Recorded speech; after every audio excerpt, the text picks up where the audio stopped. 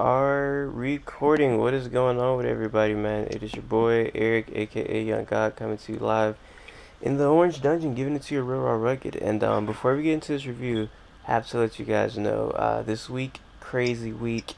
I've had like 5 interviews. 2 yesterday was Beethoven and Mozzie. On top of homework, on top of tomorrow, gotta risk my life to go to the beach.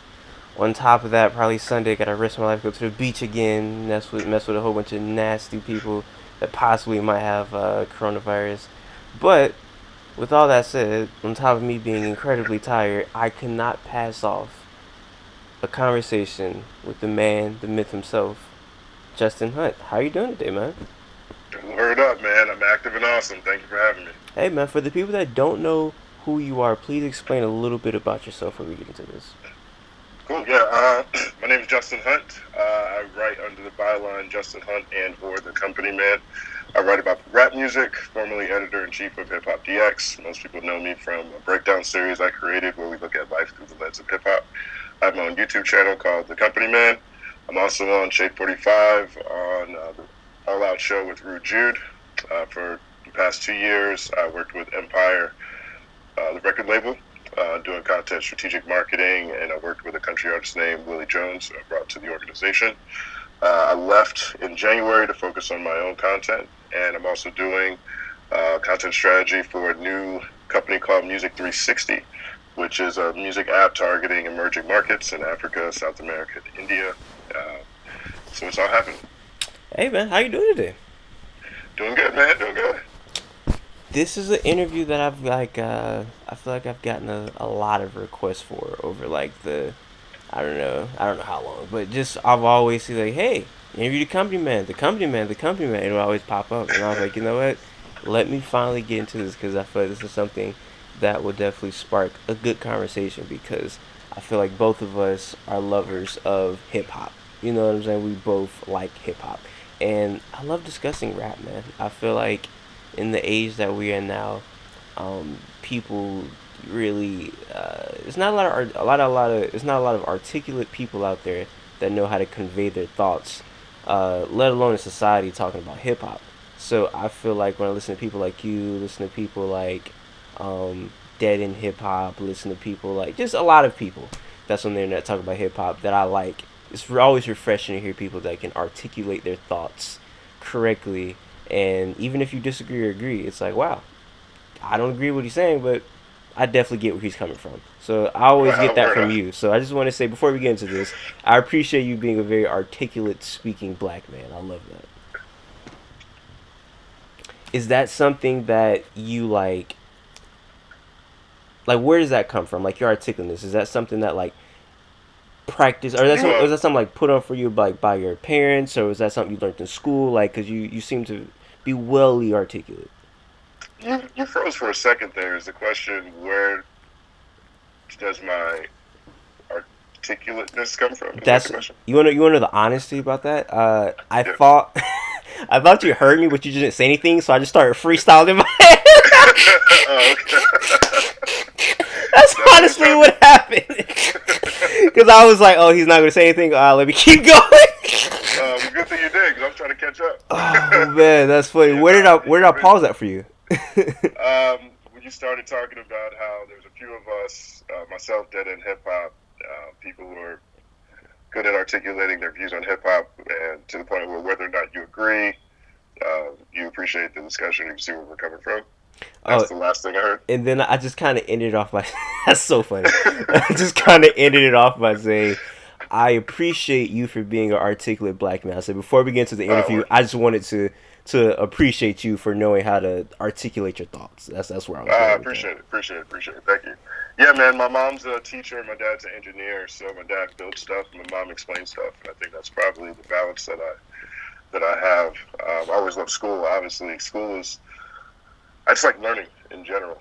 Um, and so I was born in New Jersey in Newark. Both my parents are from Brooklyn, and then I grew up in the South. So I would go out and I would hear "Hey y'all" when I left the house, and I come home and I hear what you're talking about. Mm. So I think that balance kind of gave me, you know, arguably a non-regional accent, but because I read a lot and my parents are both college educated.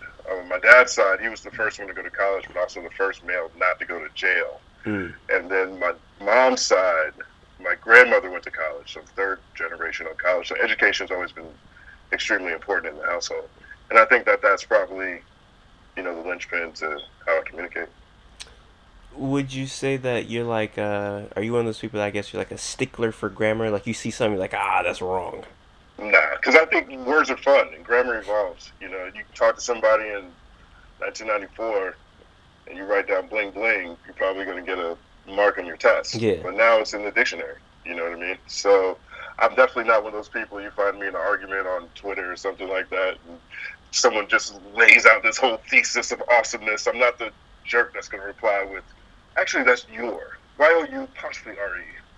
Just going to negate everything you said. I'm not a stickler like that. That's how you know a person don't got an argument, when you like killing them with just knowledge, and then there's well, actually, it's there, Their, and it's like, all right, you don't know what you're talking.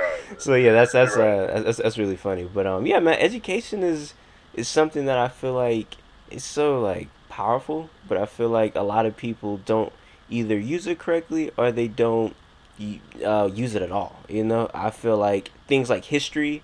I feel like history is my favorite subject personally, and it's such a powerful subject. I think because what do you say, history always repeats itself, and if you don't know the history, you won't know if it's repeating itself, how it's going to repeat itself. You always have to know. And before we got on here, you were saying it's crazy out here talking about the police shootings or whatever, and it's so funny because I feel like a lot of people, including black people, think this is like a new thing that happened on Twitter, like when Black Lives Matter popped off, or like cops just start killing black people like a couple years ago.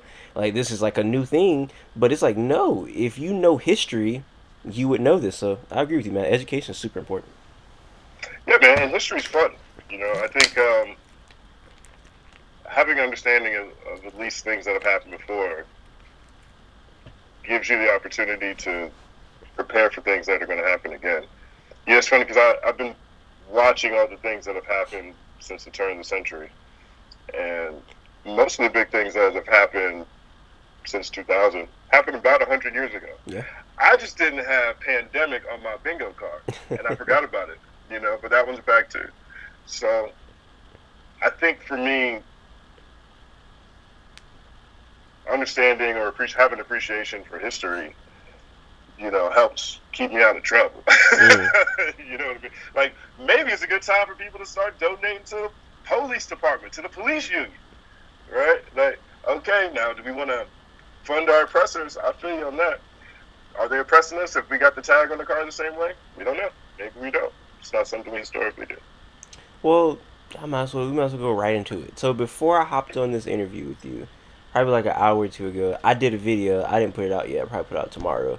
And I want your take on this. This kind of goes into what we're talking about right now. So I have this theory that a lot of people don't really care about black people, including a lot of black people. Now I want you to hear my reasoning for this. So for example, I'm a big sports fan. Love sports.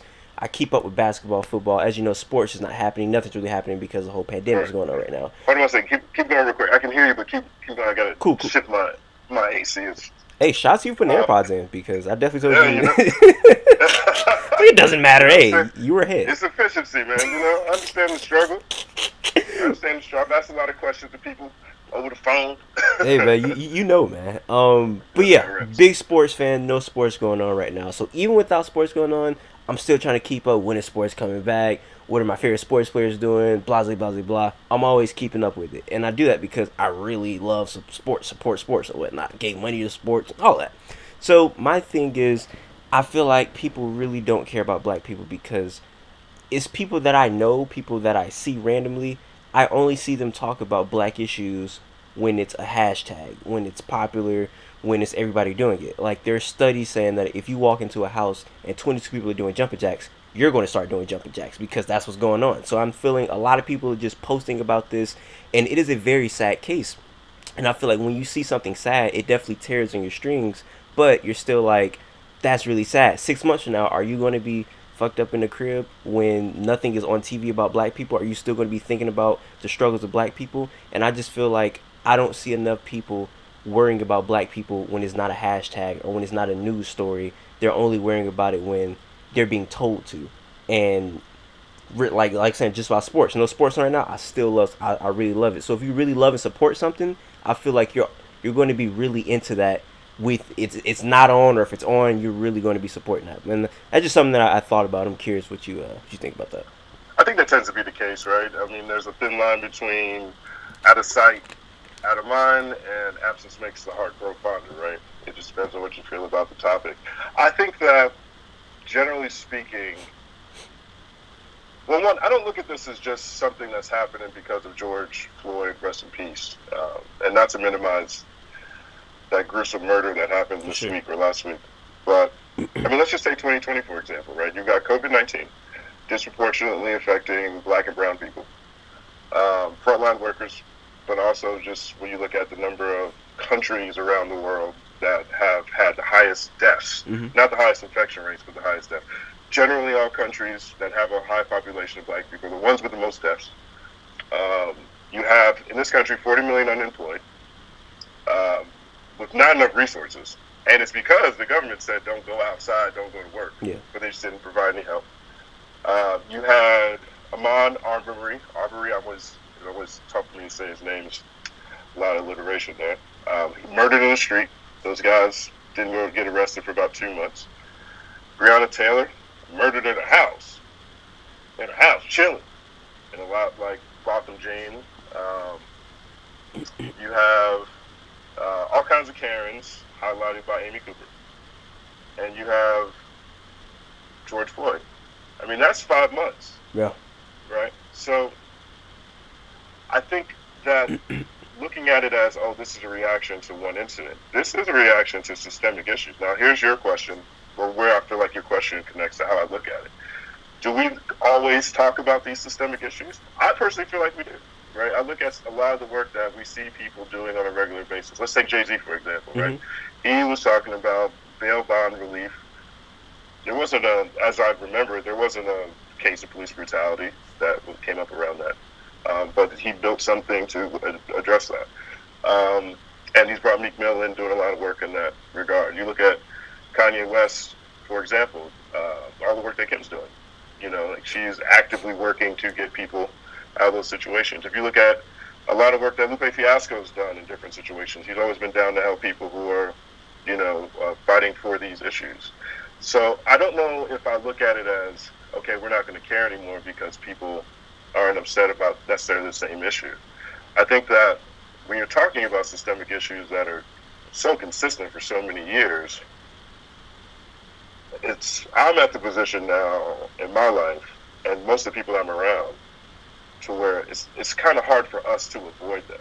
Yeah. Now we're a little bit older, but we're kind of positioning ourselves in our lives to give ourselves the economic opportunity to spark change for the better that we want, or to be more in control of our environment so that we're not, subject to the whims of the state in the same way. These are conversations. If you look at the NBA, you're talking about sports. Andre Iguodala had one of my favorite media blitzes last year when he was selling his book, talking about how black athletes need to go to black colleges. There was an Atlantic article that Jamel Hill wrote about the same topic last year. We might not see this groundswell where it's a trending topic every day, and there's always going to be, some sort of, something that happens that sparks these big spikes. But I mean, it's like posting anything online. It's like posting a video on YouTube. Generally speaking, I feel like personally, we're seeing this rise in, people being unhappy or unsettled with the state of affairs for a long time. And then you have different spikes. Maybe it's Mike Brown or maybe it's George Floyd. But Occupy Wall Street was a long time ago. Women's March was a long time ago. Science March was a long time ago. People have been marching. Tea Party was a long time ago. People have been upset to the point where I feel like we're choosing to avoid. Well, I feel like just because it doesn't seem like we're seeing it in our timeline or our trending topics doesn't mean that this isn't something that is consistent, nor does it mean that any of these issues are separate. No matter how you frame it, more people are not happy. Well, I think. Okay, so how about this? I agree with you 100% because I follow so many people who work just exclusively for black people, Lupe, people like that, like celebrities, non-celebrities. So I'm seeing people every single day before George Floyd, before this year, but 5 years ago, still on the ground talking about stuff. So I agree with you 100%. I guess where my issue and problem lands is with just the because I'm thinking because we're talking about people who I guess would consider themselves activists. Like Lupe would consider himself an activist as much as he talks, as much as he does. I would imagine he would consider himself a person that's an activist for human rights, basically, because he was even going to bat for China when the whole coronavirus thing popped off. So I would imagine he would consider himself almost like a humanitarian. So I think my problem stems from the everyday person that I see, that I feel like people are fickle. I feel like a lot of people are fickle with their emotions and what they see. People are very sheep minded. So if they were to see enough of one thing on TV, they would believe this one thing and not do any critical thinking. And I feel like people like Black Panthers were a group of militant critical thinkers, people that fought for themselves and people that were really dedicated to what they believed in. I feel like a lot of people don't know what to believe. I feel like a lot of people. My fault. You go. No, you. I No. mean, I agree. I think that Black Lives Matter isn't a rallying call, right? It's Yeah. an organization. It's different than All Lives Matter. So I the work that they do is persistent. I would put them in a Black Panther frame, maybe minus the militancy, maybe. Definitely minus the gun toting at the State House, sure. But we still have organizations like that. You know what I mean? I think that if we were talking about general people, just a general consciousness, just general person every day, just happy they phone work, probably. You know what I mean? But it takes a lot for people to, find anything. Meaning like you can post YouTube videos forever, and you get like a slow, maybe no growth, and then you get one that goes viral, and then everyone finds your own stuff, and all of a sudden now your audience is moving in the right direction. I don't know if I definitely think that maybe people are fickle, but also I've only seen people do everything they can to be around stuff they care about the most, right? You're talking about sports in that regard. And if that's going to be the case, then the challenge to me is more so getting people to care about this thing consistently. And that falls on to each of us individually if we care about those kind of things individually. Like, for example, I only, like, all the content I make is looking at life through the lens of hip hop. Yeah. It's even rare to find an album review that I've ever written that doesn't have some sort of social context connecting this album to what's happening in the world around it. Even when it's not, death in the streets, even when it's not cop shot the kid, even when it's not that, but that is just how I look at the world and what hip hop means to me, the power of hip hop to me, right? I mean, it's the music of a generation, and hip hop, video games, social media. No matter if you hate any of those or all of those, you know about them. So you can start a conversation there and take it wherever you want. But the trick is, how do you get people who don't care, who don't feel like this really affects them, care on a regular basis? If that's your goal, then that's what those organizations do. That's what Black Lives Matter does every day. I mean, that's what Kwali's talking about every day. But I don't know if that's necessarily. I think I would still stop short of saying people only care when something happens. Maybe other people who don't normally care aren't normally affected feel that way. But, I'm not sure if that's something that you can change in any regard. I basically gave up video games for 8 years, right? Let's call it, right? I stopped playing. I really haven't played video games since I started working in investment banking, because it was hard for me to go to work 13, 14 hours a day manipulating a screen and then come home and want to manipulate another screen. But the last video game system I bought was the Nintendo Wii, because my barber was trying to get rid of it when I was at the barber shop because his kids kept throwing the controllers against the flat screen TV. So I got a cheap deal, and I would play Wii Sports, and I'd play Wii Frisbee Golf, because it was mindless. I could play by myself, but I could review albums to it. So I'm like, oh man, this album's getting long. I shouldn't be pressing skip this many times. Yeah. Usually I'm like, man, I can't believe I'm still listening to this album on my 18th hole, on my 36th hole. I haven't played a video game since. I'm about to get the PlayStation 5 just because I'm hearing it's the last console. Maybe I'm just going to do it for nostalgia. So now I care, Yeah. right? It doesn't mean that, I wouldn't necessarily call myself fickle in general, but maybe when it comes to video games. And conversations around video games have gotten so intense, so dynamic online. I can watch speed runs. I've been watching Metroid speed runs for no reason. I'm watching, Ninja Killer versus Sonic Fox in Mortal Kombat 11. I never touched these games. And now that's gotten me more interested in this next system. But I think that's kind of where it is. I don't know if the expectation should be how do we get people, or I don't know if the expectation or if there is a cynicism that I feel towards people who don't necessarily feel connected to something or anything unless something big happens. I personally feel as though when something big happens is when we have the most years, so let's be prepared as possible so that we can increase our base going forward. I think we're talking about sports, video games. A lot of these things bring like self fulfillment to us when we watch them, when we play them. And I think the thing about black people issues, even regarding black people who aren't directly affected by them every day, I think most people are selfish. And I feel like selflessness is involved in this because to care about black people issues, even if you're not affected by them every day, you have to have some type of selflessness towards them. And I feel like when you say, how can we get people to care?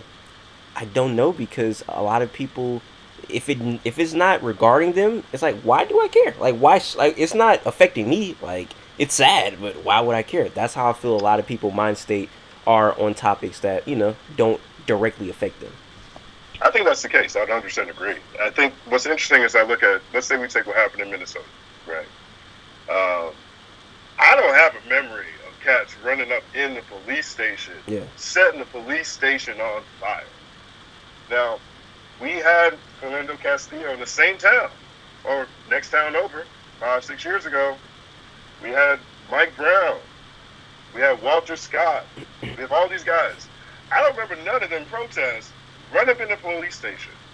And I think that, and I attribute that to the level of frustration that people are at now. Mm-hmm. And even though it might have felt dormant in between, the way people are moving now isn't random. It's not unorganized in the same way. And it's not strictly attacking our own communities, which is something historically, Yeah. if you pay attention to history, it has been the downside of what happens when black people riot in their own communities. Right? I was talking to one of my neighbors today, and he was saying he grew up in the Watts riots, but he lived in South LA during the Rodney King riots, and he said, he was getting frustrated because he's like, man, I just hope they don't start destroying their own communities because once we blew up those businesses, they never came back.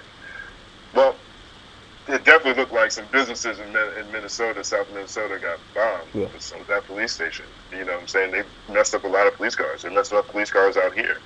They messed up that Target. Now, people are like, what did Target do? Well, that Target decided to outsource its security to the city. And so they used the Minnesota Police Department for all of its, what's it called, loss return or whatever it is. And so they gave a lot of money to the police department. And in return, they wanted high level of convictions for anybody who was stealing.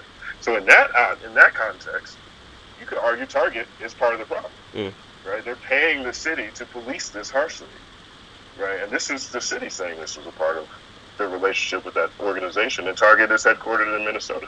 So, I don't necessarily look at it as this. I don't look at this as being, this looks different to me than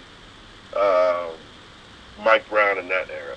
Mike Brown in that era looked different to me than Oscar Grant in terms of the groundswell, the amount of coverage, how organized people were, and then also where they directed their rage. There's an evolution here. And that to me that feels like the people who are doing that work every day are getting their message across. Now, maybe it's not fast enough. I agree with that. I'm definitely James Baldwin. How long we gotta wait for progress? James Baldwin been dead. But I can't take it away. It takes organizations to be consistent on their message, persistent in their their message to get more people to the table. And when that happens, generally we see different types of behaviors change. I personally feel like I'm seeing that in this past 10 years of protest. I hope you're right, man. I don't want you're super optimistic right now. I'm being the pessimistic guy, and I'm never that guy. That's the thing about it. Like I'm always super optimistic about stuff, but bro, it's just like I'm looking at this and I'm like, I just feel like it's going to be the same thing where people 7 months from now, if this is over, people are just going to be back to not really trying to help their community. People are going to just be being back selfish and not really trying to stop things from happening. Like, bro, I see the craziest stuff. I talk to the craziest people that live in the craziest neighborhoods, and it's just like, man, I really want like y'all to be like kings, like I want it to be Mansa Musa type money back in the community. You know, like, I want people to be just freaking rich. I just want it to be great, and I hope that you're right. I want to be wrong. I don't want to be right. So I'm leaving it in the hands of you, man. You definitely got the way better YouTube channel than me, so I hope you got the way better opinion as well, man. I hope you got the way better Nostradamus effect as well, man. Well, Because, man, it's sad. It's sad for sure, yeah. man. As long as your pessimism, not you personally, but as long as people's pessimism doesn't keep them from believing that change is possible. I mean, that's the one thing that I think history has told us. You know, regardless of how bad it might feel now, Yeah, um,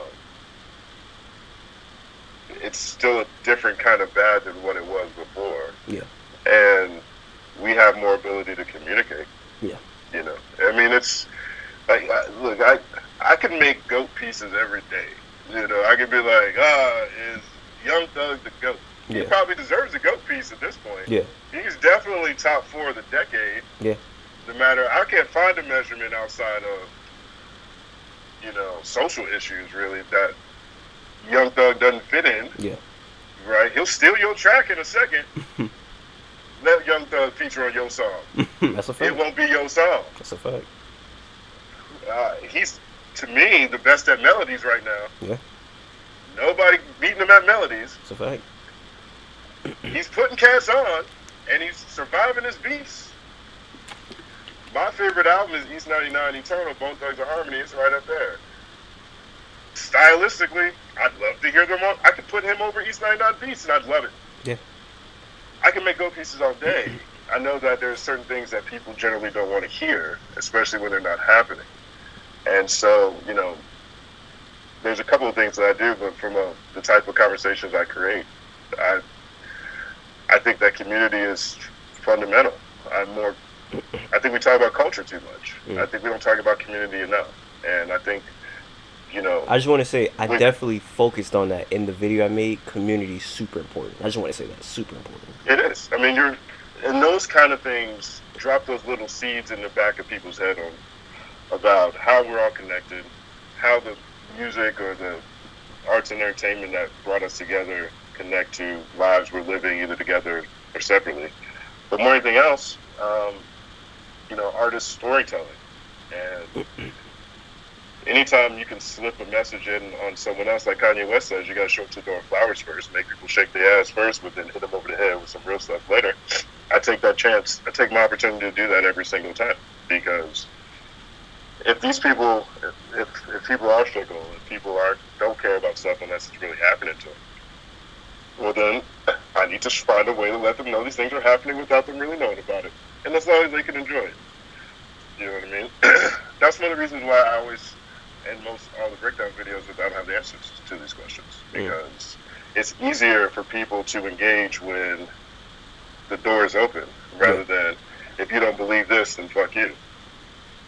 I feel like, like I said, you're definitely a very intelligent man, and I'm glad we can have this conversation. And before we get off here, for the people watching, I definitely want to say, history, man. Like, I feel like history is so important. Like, don't talk about something unless you know the history. Like, don't talk about something with confidence unless you know the history of that subject. Like, when I see like random white like Republicans like, oh, like, you know, Black Lives Matter, what about the black on black crime? And it's like, bro, I ain't never seen you. If you don't know nobody in the hood getting killed, or you ain't talked to them niggas, like, I don't want to hear you talk about that ever for your like stand. Like, you don't even know what's going on in there. Like, shut up. So I really want people to talk about history. And history is something that's on your wall right now. You got all type of just crazy album and vinyls on your wall, and I would love to talk about some of these albums if you don't mind.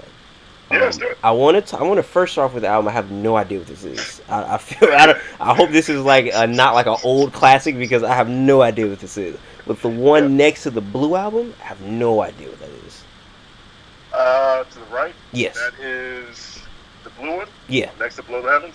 Oh man! So this is my top 24 most important albums. They're not necessarily the albums I think are the best, and they're not necessarily my favorites, but they're the one. Every album has a direct connection to my journey, and that one is Homeboy Sandman. Ah. The Good Son.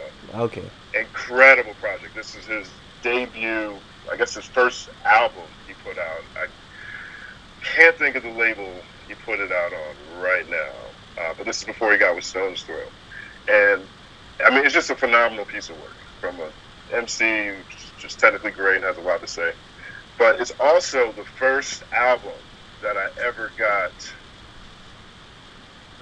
early to review for Hip Hop DX. It's the first album review I ever pitched to Hip Hop DX. And I got it early and they accepted it and it was great and I got to give it a 4 point. I wanted to give it a 4.5 and then I'm going with a 4. But it ended up being a feature album, one of the top 20 albums of the year. So for me, that was a personal milestone in terms of my journey to write about rap music. And, he's a friend of mine now. He's an inspirational figure in the sense that he went to Penn. He came up in all the prep schools in the East Coast and was working in finance and decided when to rap and gave 100% to just rapping and has put together, an incredible career over the past, I guess, 10 or 15 years now, since he started doing that. And so for me, I saw inspiration in that because I left banking too to write about rap. Homeboy Sandman, The Good Son, if you haven't heard it, punch yourself in the face. Hey man, I guess they punch myself in the face, man, because I've never heard that Homeboy Sandman album. That's great. I definitely gotta tap in and yeah, check out the song "The Carpenter." The Carpenter is putting it in my library right now. Out. Putting it in my Apple Music library right now. That would get you to feel for what he's on, but he's an incredible lyricist. Well, no, I'm definitely familiar with Homeboy Sandman, just never heard that album before, so definitely to tap in. Because at first, I'm not gonna lie, I was like, is that Joyner Lucas on his wall right now? I thought that was Joyner Lucas for a second. I respect Joyner Lucas quite a bit. I think he's an incredible rapper. I remember when he was, I guess you could still call him underground then. I don't know what stage he was in, but I remember when he got his first tour bus, and this had to be 2013 or something. And the label or his management, whoever funded it, showed him his first tour van. Right? It wasn't even a bus; it was like a van, and he just broke down crying, and I felt him. I felt him so heavy. You know what I mean? Like I know what it feels like to work so hard and to see, every monumental checkpoint. So he deserves the accolades because he earned them. No, that's hard. That's hard. I remember. I never knew how to feel about Joyner Lucas, and then I seen he had that rap battle with Tory Lanez, and I was like, wow. Tory Lanez just washed this man really bad. I was like, this is really bad. This is really people sleep on Tory Lanez, man. I think they don't give him. I think people from Canada in general get like the little emoji. Facts. They get that emoji, but Canada's been on the winning streak for a while. He can rap. Tory can rap for sure. Tory can definitely rap. I mean, you got a couple Chicago people. You got freaking Kanye on the wall. And I was just before we got done here, Sway just went on live, and he does this thing now where he like lets people freestyle, like little random local artists freestyle on his Instagram live. He just had Vic Mensa on there, and I'm just thinking about people who can rap really well. That's very underrated. Vic Mensa can rap so well. I don't know how you feel about Vic, but man, that guy's great. Orange Soda, I love. I wasn't into Wolves, Vic Mensa. Yeah. I just felt like he's, this is gonna sound crazy, but it's honest. I just felt like he was trying to be Kanye too much. Oh no, facts. That's a fact. That's a fact. But then he came out with what was it called? The autobiography, I think it was. That to me, it shows the range that he could really hit. But there's nothing like his throwback stuff to me, man. Like internet tape, I mean, I don't know, man. Like I put on orange soda right now, I want to do push-ups and go on a date. You know what I'm saying? Like it's just a perfect balance of everything, man. I think he had glimpses on that EP he put out. I think it may have been before the autobiography thing. It was the EP with the 16 shots. It was like Yeah. Where Am I Going, or I forget what the name of the EP. Really good EP. Such a good rapper, and like you said, throwback Vic. That's good stuff right there. Yeah. Couple throwbacks on the wall. This is good right here. You got Redman.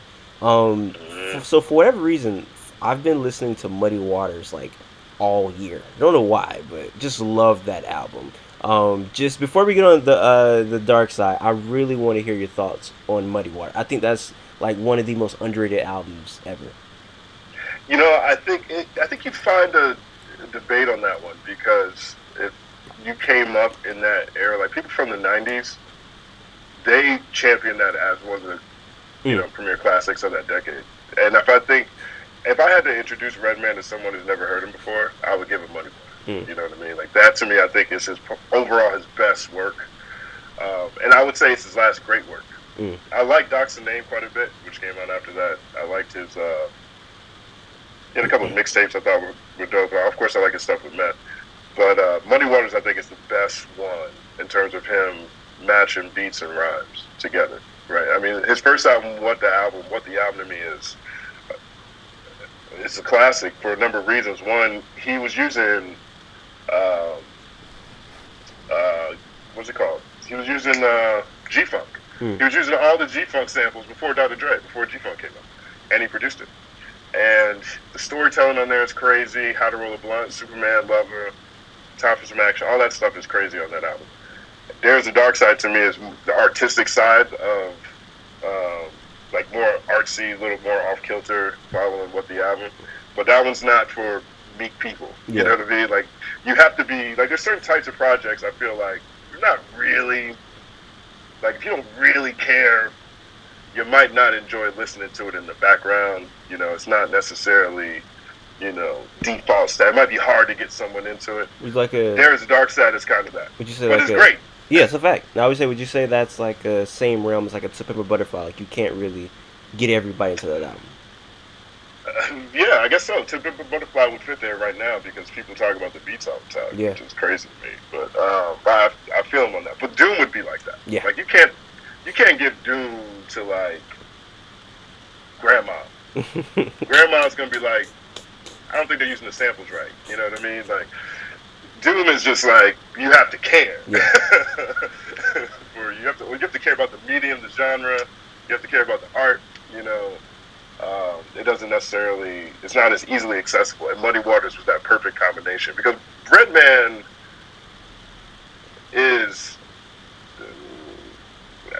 like if you're in a battle against Redman, you're probably going to lose. He's hilarious. He can captivate a crowd. He's funny.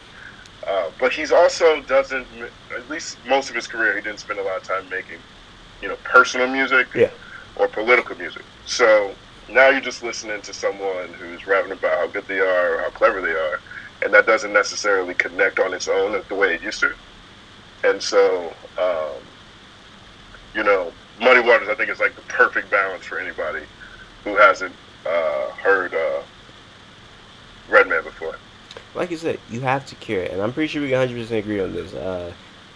Do people care about black people? I don't know. Do Grandma care about MF? Do Grandma care about MF Doom? No, Grandma does not care about MF Doom. Grandma cares about Kanye West. I'll tell you that. Not Kanye Doom. West said Jesus walks. That's a fact. Jesus King. That is a fact. Grandma liked the Jesus King album. Hey, you know what's crazy? It took me maybe 5 years to get into MF Doom. Like, I could not understand what was going on. I'm like, this guy isn't on beat. These beats are just weird. I didn't understand it. Then it clicked one day, and I was like, I get it. So like you said, it's not for everybody. And kind of to go to Jesus King. What was your reaction when you first heard Jesus King? I thought it would sound like old Kanye. Really? I mean, the stuff I liked about College Dropout, Late Registration, soul samples, and raps. That's basically Jesus is King. Now, maybe we don't like all these Jesus references, But that's a different conversation to me because I thought the music stood up. I thought the music was better than. I mean, this is me talking. Let's say we look at My Beautiful Dark Twisted Fantasy as the first project he put out this decade, and Jesus King is the last. Mm-hmm. I'll put Jesus King third. I'll take Jesus, then Dark Fantasy, then Jesus King before I take Pablo, Cruel Summer, Yay. I like Kids See Ghosts, so Kids See Ghosts would come ahead of that one. But So you got I Yeezus just first? think it's Jesus first. Yeezus Out of this decade, yeah. For me, I'm a Jesus dude. Easy. But, the thing I think about Jesus King that's cool too is that I did this piece a couple years ago looking at how Christian rap was hip-hop's dirtiest word. And how it didn't make sense to me because there's 250 million Christians in America. So I felt like that's a big market for Christian rap. And I interviewed all these people. What I learned was that not every Christian looks at secular music at all as something that is godly. So as soon as you're looking at any kind of music that comes from a secular place, it's kind of hard for them to accept it. Also, if you're not rapping about the scripture and the gospel, then that's another wing that might not accept it. And then it's also hard for regular people to accept it because nobody's trying to think about Jesus when they're getting their sinning on. So Jesus is King broke all Jesus. So that was the barrier that all these, people I talked to said was there. And Jesus King smashes through it. He's doing Joel Osteen. He's still debuting at #1. It's got to be the top-selling Christian rap album in history. And he brought all kinds of new people to at least his music, So in that regard, I think it's successful. But I also like the uplifting bars on it. Yeah. My grandmother passed away last year, and I quoted a line from that song "Water" when I was speaking about her. And so, I personally, away from this, like the personal connection to it, I also think that it's, from a production standpoint, it's everything I like about Kanye, and the raps on there are really dope. First time I heard Jesus King was I was in a podcast and it dropped. And I was with my friend. And he was like, "Play a song." So I was like, "I don't know which one to play." So I was like, "What's the Chick-fil-A song name?" I knew you were gonna say that. It was Closed on Sunday. Closed on Sunday. Closed on Sunday. So I was like, that looks interesting. Let's play this. So we played Closed on Sunday, and that's probably the wrong one to start with. So I'm listening to it, and I'm actually really intrigued because, are you familiar with Rari, the singer rapper? So that instrumental sounds like something that he would sing/rap over. So as the doo-doo-doo-doo with the guitars, I'm like, this is interesting. Right. So the lyrics come on, and I'm like, okay, this is getting less interesting as the song goes on. So I'm like, all right, let me cut this off before I ruin my experience with this album. So I go back home, listen to it. My final opinion on that album was that album is not good.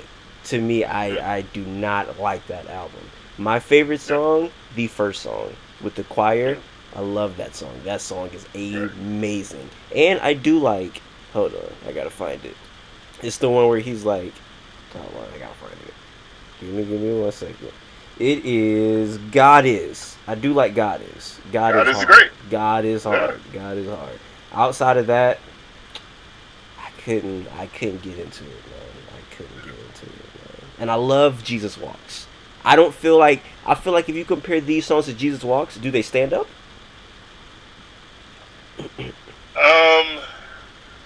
I mean, Jesus Walks is one of the best songs. You know what I'm saying? It's like, you go pick any Michael Jackson song. Stand up to Thriller? I don't know. I mean, the Roots is breaking down Jesus Walks as one of the songs that made the whole world shake. Yeah, that's a high standard. But I do that because that's a Christian song, basically. Like, that's basically a Christian. You're talking about Jesus the whole entire song. So I mean, either way, like how many times has he talked about money? how many Louis Vuitton references has he made in his career? What's the best Louis Vuitton reference? Which one stands out historically? But does he have a Louis Vuitton album? No. He does have. I would argue the first album is the Louis Vuitton album. You think so? He's called himself Louis Vuitton down the whole time. The first 3 was all Louis Vuitton albums, if you're asking me. You do got a point. Louis Vuitton down. You do got a point. Yeah, Louis Vuitton backpack. It's in the inset booklet. The inset. Do I got the booklet? I usually keep a Kanye album around. Let me see. Let's see. I already see the next album I'm finna talk about. I ain't see that on the wall. I got the album right here. I usually keep Kanye albums around. No, he got the insert book that had Louis Vuitton in So it that's the somewhere. that's the Louis Vuitton album. That's hilarious. That's what it is. You know what I'm saying? Nah, he definitely was the fashion god at that point. He definitely was Yeah, he was. polo down, Ah, he's all right that. there. He got the polo down with the Louis Vuitton backpack on. Right there. Hey Polo man. down with the Louis Vuitton backpack. That's Louis Vuitton. This is Louis Vuitton Kanye. Hey man, look, I'm talking about not knowing history. You historied up right now, man. You pulled out the book and all, man. I usually keep some. There's albums that just like, I just look at it and bring me to a good place. I don't even have a CD player, but I still keep them out. Man, I mean, like I said, I feel like every hip hop fan at some point loved Kanye. Either if it's Yeah. now in the middle of his career, at the beginning of his career, loved throughout his career, love one album, you loved Kanye at some point in your life. And yeah, man, I don't know, just listen to the album. I feel like, man, like it was one bar that pissed me off because it made no sense. What he said, it was the what's the song? He's like lifelike, and then a fight like, and then a lifelike. Yeah. But he says something like, but it's. I love that. I'm sorry, I love that joint, by the way. I You like say the way shit he's like that. flowing. That flow is crazy. The way he's I'm flowing sorry. is hard, and the beat is hard. But I'm finna read you the bar that pissed me off. Oh, I got it right here. He said, push your buttons like typewrite. This is like a movie, but it's really very lifelike. Does really very lifelike make any sense? I don't think so. Maybe I'm wrong, but I don't think that grammatically. I got in my grammatical stickler bag right there. I was like, bro, I hate that. He breaks grammar quite a bit, but That's I a definitely fact. think it's a very regular bar. You know what I mean? I feel like I could run up to a random rapper on the street somewhere, and they would be able to freestyle that. I get in the car with the wrong friend who's terrible at freestyling. They could come up with that and be really happy. You know what I mean? I think I don't know. Just that flow was so hard. I wanted him to say Yeah. something. He didn't say anything in that song, and I was like, say something hard. What thing? He didn't give it to me, man. He's talking about Jesus, man. He's expanded boundaries. You could give me some hard Jesus bars, man. I mean, you could come up with hard bars. I've heard Kevin Abstract. You familiar with Brockhampton, right? Yeah, of course. Love those guys. Kevin Abstract has some of the hardest gay bars of all time. Never thought I could hear hard gay bars. Does, man. He does So have some hard if you gay give me some hard gay bar, I know you give me some hard Jesus bars. For sure you can give me some hard Jesus bars. Yeah. You can give me Okay. So I'm a big battle rap fan. Love battle rap. There's this battle rapper named New Jersey Twerk. He is Drake's favorite battle rapper. This guy has some of the most, like, he's a street rapper, but he's also Christian. Some of the most mind-boggling Christian Bible bars of all time. Like, what he said, he said, nigga creeping, I'm a thief in the night, rob him like Nicodemus. And I was like, hold on, what? I was like, oh, Nicodemus robbed somebody at night. That was crazy. And I just love those type of bars. I was like, oh my gosh. But yeah, man, I don't know, man. Shout out to Kanye though, man. Maybe the next go around he give me some good Nicodemus bars. Man. I was like, oh, that's fire. But it's funny because you look at it. I mean, I know I'm an outlier on Jesus King. I think I like the mood of it more than I'm like dissecting the bars on that one. Like I don't dissect bars on 808 at all. That makes sense. Like, that makes sense. I don't think it's that kind of album. So. Hey, an album I do dissect bars on, if you do a little spin really quickly so that people can see, right there on your shoulder, Ghostface, man. Ghostface, my favorite rapper of all time. My favorite rapper of all time. All time, man. That guy's amazing, man. Fish scaled. So it's funny because somebody literally just was talking about Supreme Clientele, and they were talking about Death. What is it? Death. Damn, what's the song on that album called? The song where RZA, it's like a 3-second loop. The whole entire song. Hold on. I'm gonna find it really quickly. This right here. It is Stroke of Death. This beat right here. And that's the whole entire beat, the whole song. And I was like, yo, they were just in such a weird, odd bag, that whole entire album. And man, Ghostface is great, man. I just wanted to throw it out there. I love Ghostface, man. Can you please talk about Ghostface a little bit? Ghost is. There's certain albums that I just didn't hear when they first came out. Yeah. And I went back later and fell in love with them again. Ironman was one of those albums. I never really listened to Ironman like that. And so I only really knew Ghost from his appearances on other people's projects. And so, And then one day, I think Napster came out, and I could just download everything and just take everything. Yeah. I could just download anything and just grab all this stuff. So I was catching up, and so I fell in love with Ironman, and then Supreme Clientele, and then that one just took over when it came out. And then what was the other one? What was the one right after that? You got Supreme. Bulletproof Violence. Yeah, Bulletproof Violence. Yeah. And that one had the Forest on it, and that was amazing. And then so now over those couple of years, I got to I became a Ghostface fan in a different kind of way. And this one is Fish Scale. So Fish Scale was coming out, and now I'm like excited for the new Ghostface because I've been caught up on all the Ghostface backlog that I had missed at different points in my life. And it had all my favorite producers on it. Pete Rock's on the mug, like everybody's in there. Just Blaze. Just Blaze, just in their bag, and it was just coming so crazy. But then it had certain songs on there that I just thought were dope. Right? He's got interludes talking about how you go to the barbershop your whole life, never get a free cut. That's so true. They should give you like a Subway stamp card, or you go to Witch or something, and they go, and you get a free sandwich. Yeah. You never get that at the barbershop. Never. He's got songs about him standing at the corner hollering at a chick, and his nine falls out. You know what I'm saying? He drops his gun, and I'm like, that's crazy. But then there's songs where he's swimming underwater. I was just finna bring that up. He's literally got a song where he's underwater. That's so crazy, with SpongeBob. Bro. He's underwater with SpongeBob. And then So he's on there, and then you have him. Kilo is 1,000 grams. You know what I mean? So this album to me was like, yo, you could sell crack and talk about not getting a haircut, a free cut, holler at chick, drop your gun, and swim underwater on the same album. And it makes sense, you know what I mean? And that to me is Ghostface, because no matter what he's talking about, you can picture. Yeah. From a storytelling standpoint, what is it? It's not a movie, but it's very lifelike. It is very lifelike. That is a fact. That album is very lifelike. It is. It covers everything on there. And then, what's the other one? The one with Method Man. Coming there. Bring my temple is that. We're coming through. W. Give me a soul. What's that? Woo. That's What song is that? Damn, what is that? That's, I can't think of. Look at what it is. Hold on, I'm gonna look it up real quick. That is that Namili Bros? It's Damn,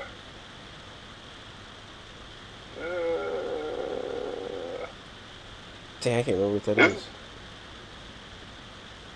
It might not even. It might not be on this. Let me see. This man has so many songs, and like it's crazy. Yeah, he has a really good discography. I can't think of which one it is, but it might not. I might be wrong. It might be Brain Fart. It might not be on this album. But I just thought it was pulled off so well. Then he had all my favorite rappers, all the artists I was listening to at this era, all the stuff I was like sticking into online. A lot of these cats were on the album. Yeah. You know what I mean? Doom was on there. Pete Rock was on there. Just Blaze was on there. And I just thought it was crazy. And that song Kilo to me was nuts. Crazy. I love Ragu. Ragu is like one of my favorite beats on there. It might be 9 Milli Bros. That might be the one you're talking about. Yeah, I think it is 9 Milli Bros. Yeah, it might be 9 Milli Bros. But yeah, I mean, just the whole thing to me is just a beautiful album. And then it had the Joy Back Like That with Neo on there. And that to me was just like a really relatable relationship track, radio-ready relationship track for the era. And that wasn't something I always, easily associated with Ghostface. So, a lot of discovery that I was finding just on the internet around that period of time, led up to me anticipating this album, and it delivered. Like, there's nothing better than anticipating an album and it delivers. That's a fact. As opposed to like anticipating an album and then you're like, that's back when you had anticipation. That's now a fact. Everybody just drops.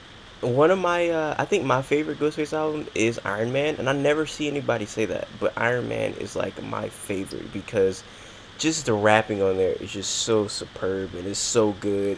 Capadonna, I think, like, he just went crazy on some of those songs. Capadonna is saying some stuff, I don't know what he's talking about, but man, he is going crazy. He has this one bar where he says, I'm the only nigga trying to bring dance hall back. And then another song he says he's the king of dance hall. I'm like, does Capadonna have a dance hall album that I'm not aware about? Like, he's really passionate about it too. Love that about it. Right. Don't know what he's talking about. Wildflower is probably one of the most craziest ways to start off a song. He Yes. says, yo, bitch, I fuck your friend. Yeah, you stank hoe. I'm like, yo, what is going on?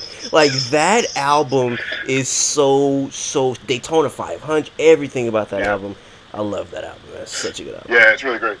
And I think if I had to rank albums in Ghostface catalog, Supreme Clientele would be number one, but I think Ironman would probably be number two. Yeah. Pitch Scale for me is my favorite. I've got a personal situation with it, but Ironman's incredible. Nah, that's a fact. Hey man, I don't want to keep it for too long, man. I feel like we can freaking talk for I 4 see you hours. fall asleep over there too, man. You's over here like, yeah, talk about Kanye. No, I'm good. Hey, what you say about Ghostface? Huh? Yeah. Oh man, I tell you, yeah. I'm with you, man. That is That's what happens, hilarious. Hey That's what man. happens, man. That's what happens when you're in the zone and you're crafting something extraordinary. I've been there. Hey man, tomorrow I have to go to the beach because I do these public interviews where I go and ask people questions or whatever. And tomorrow because I'm from Jacksonville, Florida, and we went viral because as soon as we opened up the beach, it was like 500 people there.